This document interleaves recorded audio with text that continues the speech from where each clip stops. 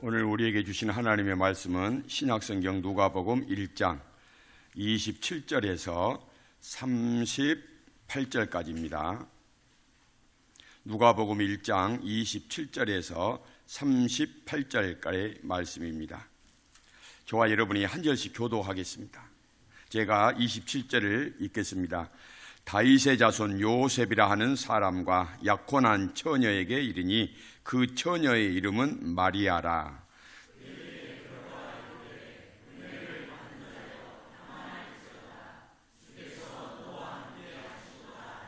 처녀가 그 말을 듣고 놀라 이런 인사가 어찌함인가 생각하며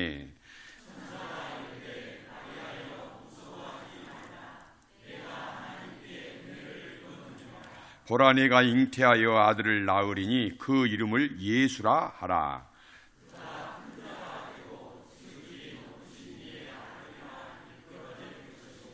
주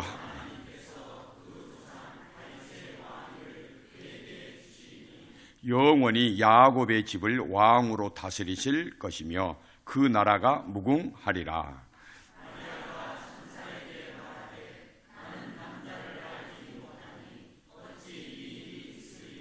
천사가 대답하여 이르되 성령이 내게 임하시고 지극히 높으신 이의 능력이 너를 덮으리니 이름으로 나실 바 거룩한 이는 하나님의 아들이라 일컬어지리라.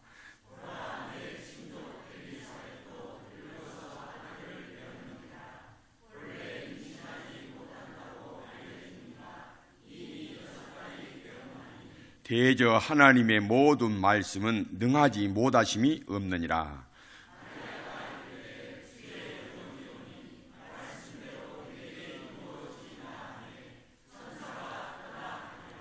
아멘.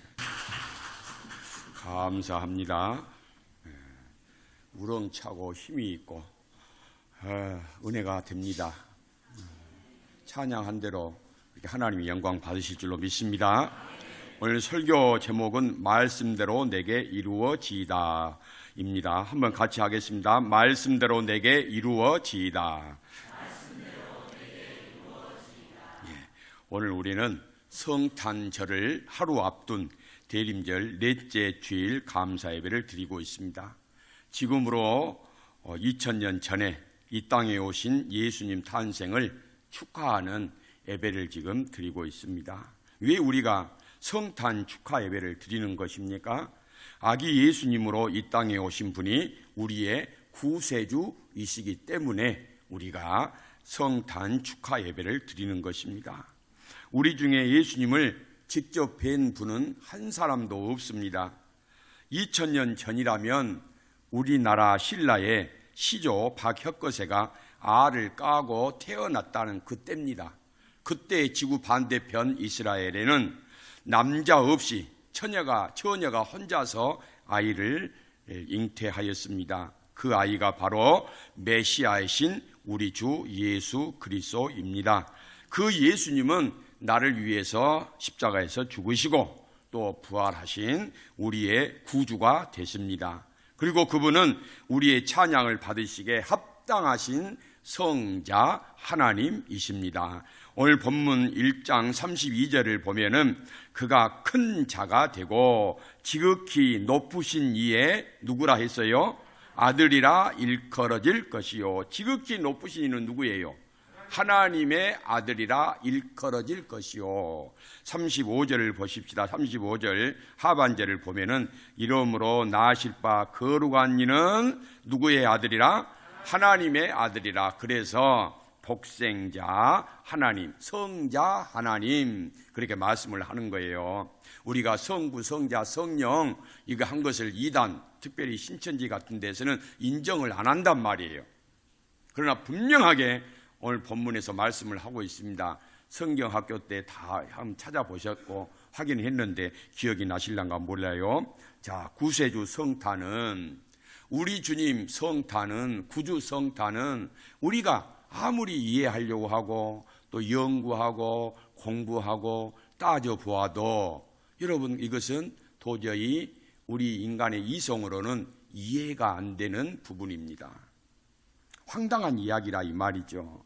그럼에도 우리는 이런 황당한 이야기를 믿고 예수님의 성탄을 축하하는 것입니다. 우리가 도저히 믿을 수 없는 이 사건, 이 이야기를 어떻게 우리가 믿게 되었느냐 이 말이죠. 우리가 노력해서 그 사실이 믿어집니까? 우리가 공부를 해서 따져보니까 이해를 하려고 하니까 믿어지는구나. 예수님이 처녀의 몸에서 태어났다는 것이 믿어지시더라 이 말이에요. 여러분, 우리의 머리로는, 우리의 이성으로는, 우리의 지식으로는 예수님의 탄생을 이해할 수가 없어요. 받아들일 수가 없어요. 단지 황당한 이야기에 불과할 뿐이다 이 말이죠. 세상에 많은 사람들이 이것을 이해할 수 없는 그런 황당한 이야기라고 치부해 버리기 때문에 구세주 예수님, 성자 하나님을 믿지 못한단 말이죠. 그런데 저와 여러분은 이 사실을 믿었단 말이죠. 믿었는데 어떻게 우리가 믿게 되었느냐 이 말이죠. 그것은 내가 노력해서 된 것이 아니고 오직 하나님이 우리에게 주신 은혜로 믿게 된 줄로 믿습니다. 하나님이 은혜를 주셨단 말이에요. 그러니까 여러분들이 예수님이 하나님의 아들 독생자 성자 하나님이심을 입으로 고백하고 찬양하는 사람은, 그 사람은 하나님의 은혜를 받았다 안 받았다? 왜 이렇게 대답이 약하세요? 자신이 없으신가 보네. 자, 성자 예수님이 하나님이시다, 이것을 믿게 된 것은 내 노력이라 하나님의 은혜라. 예, 하나님의 은혜란 말이에요. 그래서 여러분들 그 고백을 한 사람은 하나님의 은혜를 받은 사람이다 이 말이에요. 하나님의 은혜를 이미 여러분들은 다 받았어요. 그래서 오늘 마리아가 오늘 38절에서 고백한 대로 마리아가 이르되 주의 여종이오니 말씀대로 내게 이루어지이다. 말씀대로 내게 이루어지이다. 이 고백이 우리에게도 있어야 됩니다. 이미 이 고백이 우리에게 있었기 때문에 우리가 지금 믿음의 반열에 서서 천국을 향해서 하나님과 함께 지금 동행하고 하루하루를 이렇게 살아가고 있는 줄로 믿습니다. 중요한 말씀이에요. 마리아가 하나님의 말씀이니 내게 이루어지이다. 여러분, 이게 대단한 고백입니다. 우리에게도 이 말씀으로 인해서 하나님의 이 축복들, 은혜들이 내 속에서 잉태되는 역사가 있어야 돼요. 우리가 다시 아기 예수님을 잉태할 수는 없잖아요. 그런데 주의 말씀이 내 속에 들어와서 하나님의 은혜와 축복을 잉태하는 그런 놀라운 사건이 반드시 있어야 됩니다. 이게 없으면 안 된단 말이죠. 왜 그런가? 하나님의 말씀에는 하나님의 뜻과 의지가 담겨져 있습니다. 하나님의 말씀에는 하나님의 무엇과 무엇이 담겨져 있다? 뜻과 의지가 담겨져 있다. 그러니까 하나님께서 우리 마음에 하나님의 말씀을 보내주신단 말이에요. 그러면 하나님 말씀 속에는 뜻이 있어요. 하나님의 의지가 있단 말이죠. 하고 싶은 일들이 있으시단 말이에요. 계획하신 일들이 있으시단 말이죠. 그런데 내가 그 말씀을 받아들이고 잉태를 했단 말은 순종이란 말이에요. 잉태를 하면은 어때요? 하나님의 뜻이 나를 통해서 이루어지는 거예요. 하나님의 의지가 나를 통해서 이루어지는 거란 말이죠. 이것이 바로 순종으로 되는 거예요. 그래서 여러분, 말씀이 들어오면 반드시 잉태의 역사가 일어나겠는데 바로 그것이 말씀에 대한 순종이라 이 말이에요. 하나님 말씀, 하나님의 뜻에, 하나님의 의지에 순종하면은 놀라운 삶이 우리 삶을 통해서 놀라운 축복들이 일어나게 되는 줄로 믿습니다. 그래서 여러분, 마리아는 말로만 하나님의 말씀이 내게 이루어지기를 원합니다 이렇게 하지 않았어요. 마리아는 신앙 고백과 함께 자신의 모든 것을 다 우리 예수님께, 하나님께 드린 거예요. 자신의 몸을, 자신의 귀하고 귀한 그 처녀의 몸을 우리 예수님 방으로 드렸단 말이에요. 자기의 모든 것을 다 드린 것이란 말이죠. 여러분 어때요? 여러분도 하나님의 구원의 은혜를 받았잖아요. 하나님의 택함을 받았잖아요. 그런데 여러분들은 정말로 여러분의 모든 것을, 여러분이 가장 귀하게 생각하는 것을 우리 예수님을 위해서 드리고 계십니까? 생각을 하셔야 됩니다. 나는 과연 예수님을 위해서 나의 가장 귀한 것, 내 모든 것을 지금 드리면서 내가 예수님과 함께 살고 있는가를 반드시 생각을 하고 오늘 점검을 하셔야 된단 말이죠. 우리가 그런데요, 죄송한 이야기지만은 우리가 한다고 하는 것이, 주님을 위해서 한다고 하는 것이 뭐예요? 헌금 조금 하고, 주일이면 예배당에 나와서 예배 드리고, 또 찬양하고, 또 직분을 따라서도 봉사하고, 또 조금 더 나아가면은 새벽기도 나와서 기도하고, 이런 정도란 말이에요. 이런 정도. 주님의 말씀이 나를 통해서 이루어지기를 원합니다 하는 우리들이 주님 앞에 우리의 모든 것을 다 드리지를 못한단 말이에요. 드리지를 않으면서 입술로만 주님, 나를 통해서 하나님의 모든 것이 이루어지기를 원합니다, 그리고 순종도 안 한단 말이에요. 그리고 여러분, 무슨 기적이 일어나고 은혜가 일어나겠냔 말이죠. 여러분, 마리아는 자신의 가장 귀한 것을, 자신의 몸을 우리 예수님을 위해서 드렸을 때 예수님이 그 마리아에게 잉태하시고 구원의 주로, 구세주로 이 땅에 태어나셨다, 이 말이에요. 여러분, 그런데 우리가 참 얼마나 하나님 앞에 염치가 없는 성도들인지 몰라요. 저도 마찬가지예요. 하나님을 위해서 산다고 그렇게 얼마나 많은 기도를 하고 결단을 합니까? 그런데 하나님을 위해서 하는 것이 하나도 없어요. 연말이 되어서 보니까 올 한 해에 내가 주님을 위해서 한 것이 무엇이 있느냐, 이 말이죠. 보통 기본적인 거, 예배드리고 봉사하고 헌금하고, 이거 외에는 없어. 그래서 너무 죄송한 것뿐이잖아요. 부끄러워서 얼굴을 들 수가 없단 말이죠. 그러면서도 하나님 복을 주세요, 하나님 건강하게 해주세요, 하나님 형통하게 해주세요, 이런단 말이죠. 여러분, 우리가 반드시 신앙 고백을 하잖아요. 주의 말씀이 내게 이루어지길 원합니다 하면은 여러분, 그 말씀이 내게 이루어지도록 어떻게 해야 돼요? 내 가장 귀한 것, 내 모든 것을 주님 앞에 드릴 때 그 말씀이 역사할 줄로 믿습니다. 우리가 새벽에 에스겔서를 보고 있어요. 에스겔서. 지금 에스겔서 40장을 넘어가고 있는데 에스겔서 37장을 보면은 하나님의 영이 에스겔 선지자를 데리고 골짜기를 갑니다. 어느 골짜기를 가는데 그 골짜기에 마른 뼈들이 가득했다고 그랬어요. 그 뭘 의미하느냐 하면은 유다 백성들, 이스라엘의 유다 백성들, 예루살렘 백성들이 바벨론으로 포로로 끌려갔단 말이에요. 남의 나라에서 종살이를 합니다. 하루하루가 종살이를 하는데 여러분, 기쁘고 감사하고 만족감이 있고 영적으로 은혜가 충만하겠어요? 맞이 못해서 살잖아요. 죽지 못해서 사는 그런 형국이란 말이죠. 그러니까 얼마나 삶이 고달프겠어요. 그것을 하나님이 에스겔 선지자에게 보내주셨는데 마른 뼈와 같다 그랬단 말이에요.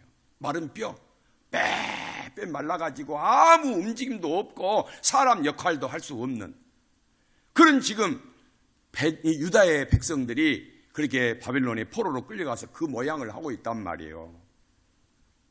그 모양을 하고 있어.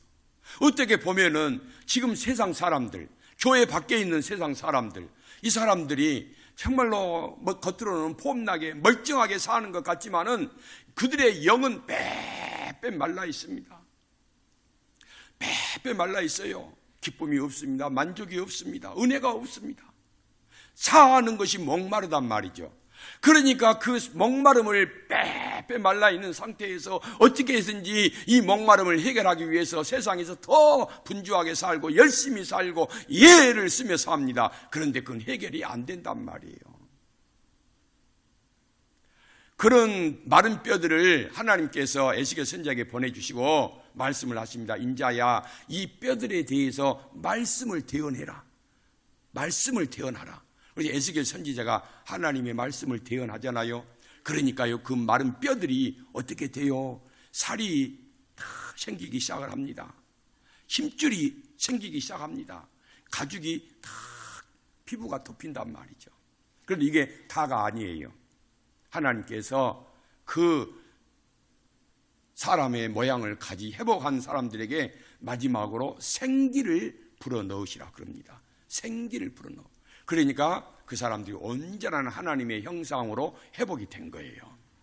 여러분, 교회 안에도 죄송한 이야기지만은 마른 뼈같이 신앙생활을 하는 사람이 없을 수가 없습니다. 있을 수가 있다 이 말이죠.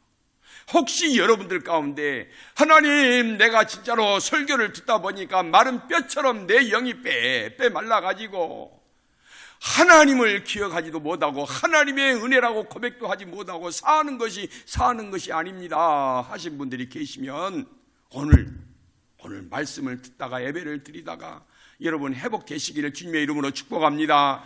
말씀이 들어와야 됩니다. 성령이 임해야 된다 이 말이에요. 그래야 우리가 온전한 하나님의 형상을 가지고 살아갈 수 있어요. 그래서 여러분, 성도는 말씀과 성령을 통하여서 하나님 뜻에 합당한 삶을 살게 됩니다. 말씀이 들어와야 돼요. 성령이 임해야 된다 이 말이죠. 그래서 여러분, 소망이 있는 성도 어떻게 사느냐? 말씀에 의지하여 삽니다. 자, 말씀은 첫 번째로 설교 요약란에도 있는데 우리를 깨끗하게 하는 능력이 있습니다.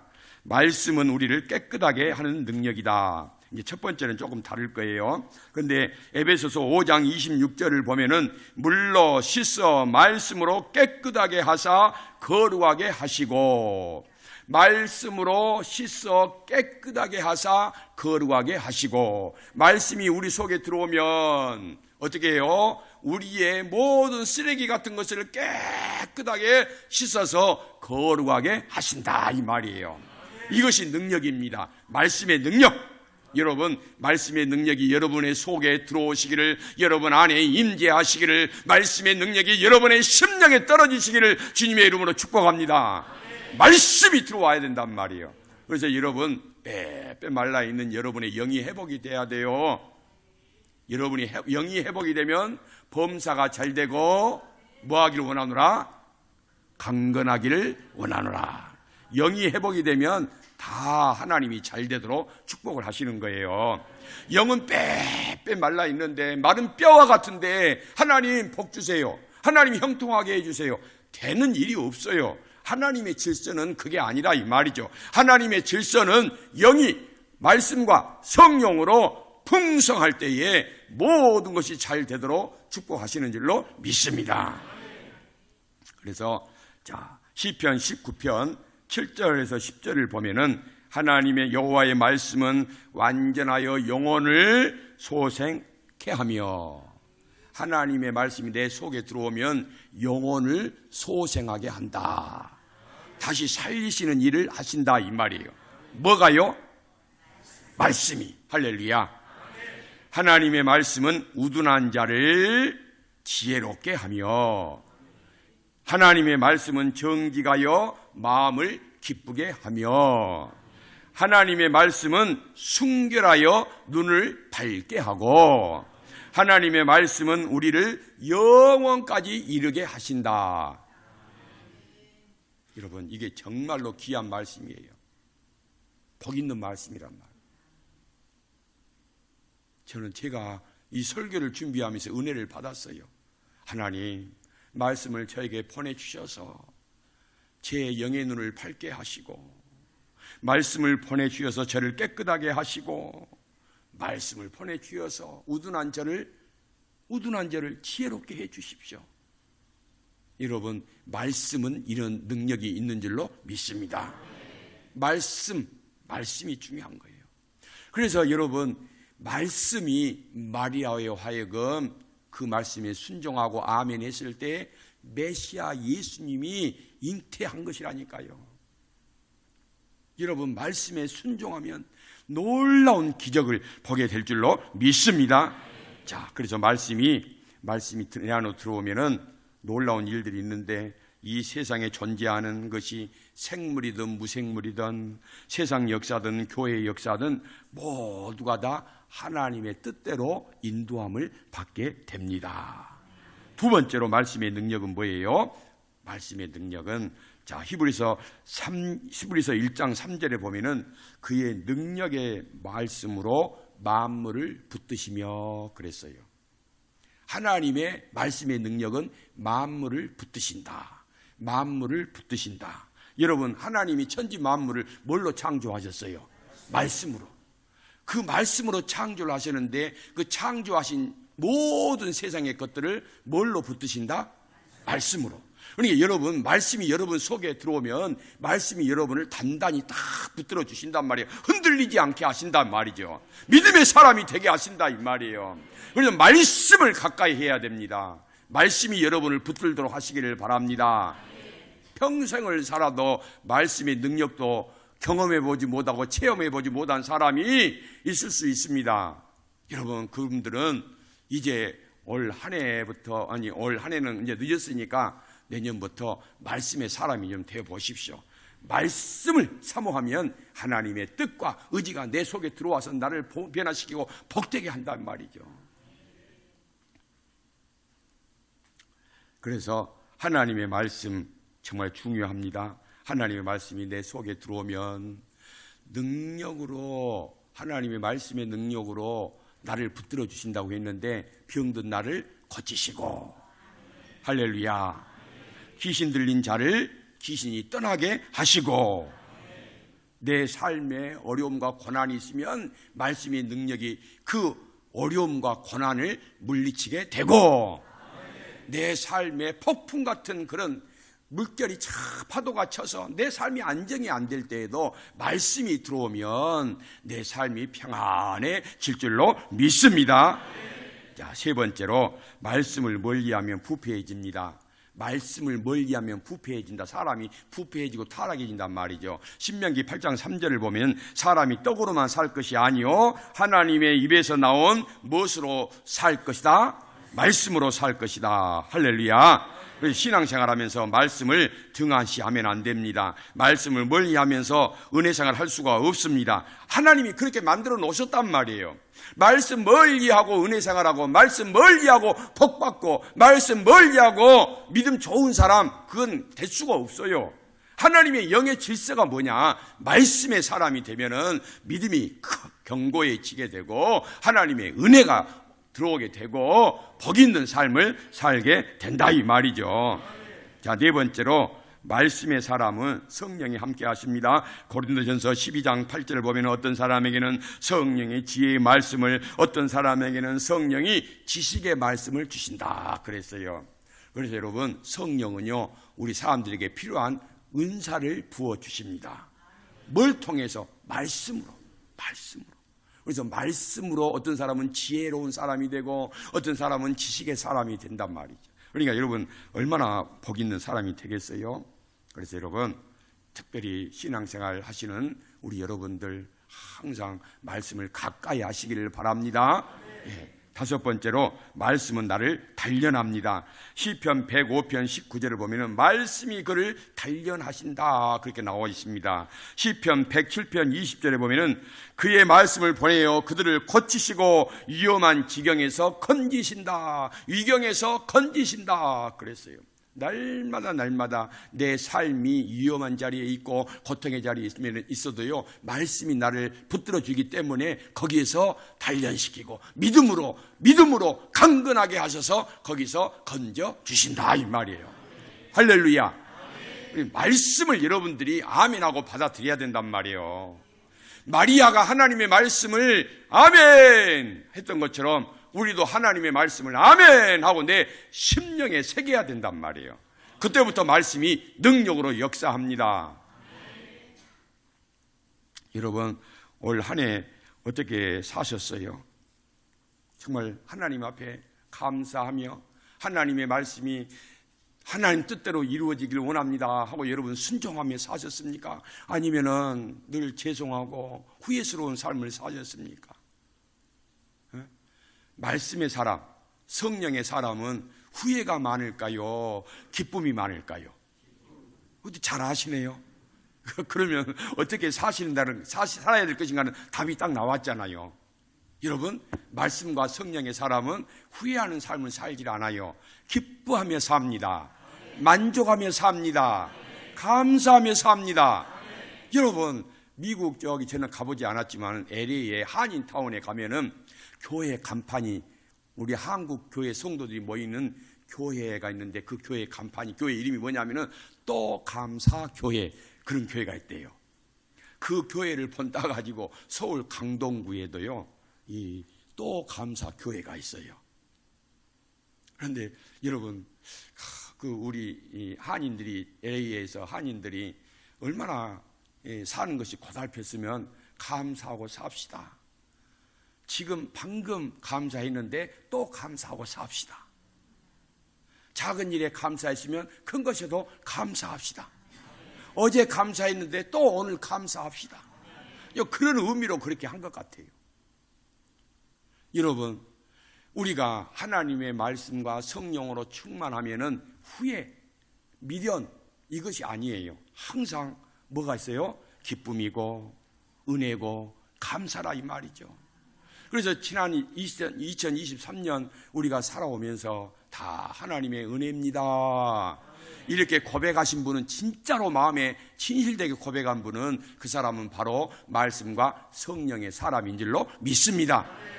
그런데 아이고, 또 이렇게 올 한 해도 이렇게 살았네, 아이고 올 한 해도 되는 것이 없네, 너무 실망스럽네, 자꾸 그러신 분은 다시 생각을 해보셔야 돼요. 성령과 말씀은 나를 먼저 변화시킨단 말이에요. 그래서 후회하는 인생, 짜증나는 인생, 고달픈 인생을 변하여서 감사하게 하고 기뻐하게 하고 만족하게 하고 은혜라고 고백을 하게 한다, 이 말이에요. 그런데 또 감사보다는 더 좋은 것이 있어요. 항상 감사. 우리 여천 중학교 성도님들은 항상 감사해버려, 그냥.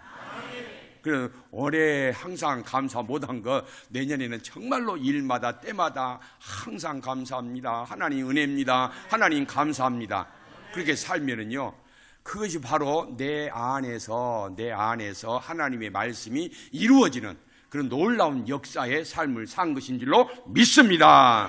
기도하겠습니다. 하나님 아버지, 감사합니다. 우리로 하여금 지난 1년을 은혜로 살아오게 하시고 기뻐하며 감사하며 주와 동행하게 하신 것이 바로 내 안에 하나님의 말씀이 이루어지게 된 것인 줄로 믿습니다. 하나님, 내년에도 이런 복된 삶을 살게 하여 주옵소서. 말씀과 성령으로 충만한 삶을 살아서 또 감사하게 하시고 항상 감사하게 하시고 하나님 앞에 영광 돌리는 삶이 되게 하여 주옵소서.